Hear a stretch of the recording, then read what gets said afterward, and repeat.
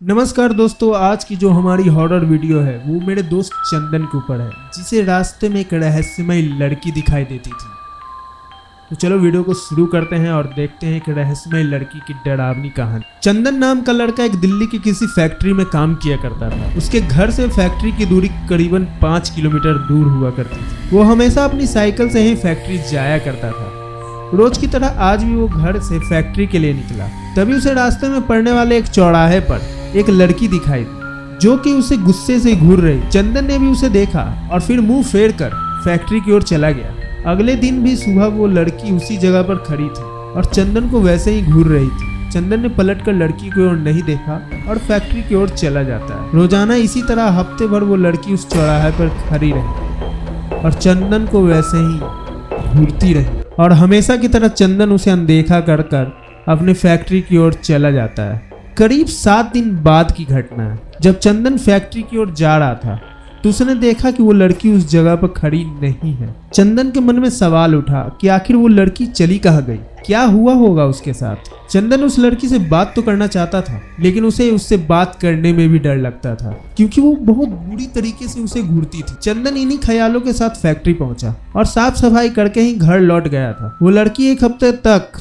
उस चौराहे पर नहीं दिखाई दी। एक दिन जब शाम को चंदन अपने घर पहुंचा तो चंदन ने अपने बेड पे एक चिट्ठी देखी। उसमें लिखा था, मेरा नाम ट्विंकल है और मैं तुम्हें 1 हफ्ते से फॉलो कर रही हूँ। मैं तुम्हें रोज उस चौराहे पर देखती थी। कल शाम को भी तुम वहीं खड़े होकर मेरा इंतजार कर रहे थे ना। उस चिट्ठी में एक फोटो भी थी, जो कि उसी चौराहे पे खड़ी उसी लड़की की थी। तभी चंदन के मन में कुछ सवाल आते हैं, जैसे उसे मेरे घर का पता कैसे चला और उसने ये चिट्ठी मेरे बेड पर कैसे रखी। यही सोचते सोचते चंदन सो जाता है। अगले दिन उठकर जब वो काम पर जाने लगा तो उसे वही चिट्ठी वाली बात याद आ गई। साइकिल से वो सुबह फैक्ट्री पहुंचा और दिन भर उसी लड़की के बारे में सोचता रहा। शाम को वो लौटते समय उस चौराहे पर पहुंचकर उस लड़की का इंतजार करने लगा, लेकिन वो वहां नहीं आई। चंदन इंतजार करके थक गया था, क्योंकि वो पूरे दिन काम कर रहा था। इसलिए वो अपने घर चला जाता है और घर पहुंचते ही उसने सोचा, क्यों ना इस चिट्ठी पर लिखे हुए पते पर जाकर उस लड़की से मिलकर उससे बात किया जाए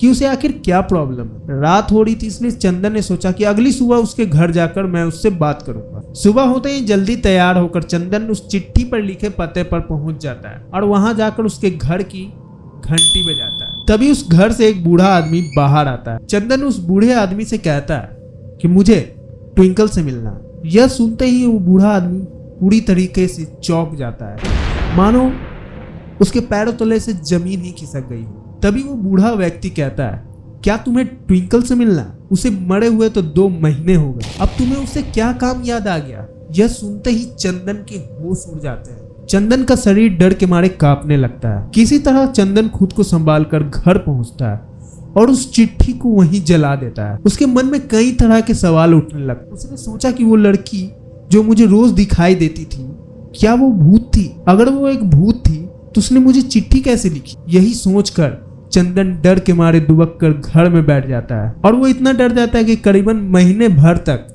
वो फैक्ट्री नहीं जाता है। और लगभग 1-2 महीने के बाद जब वो वापस फैक्ट्री में काम करने के लिए जाता है तो उसे उसी चौराहे पर एक लड़की दिखाई देती है, जो कि ट्विंकल होती है।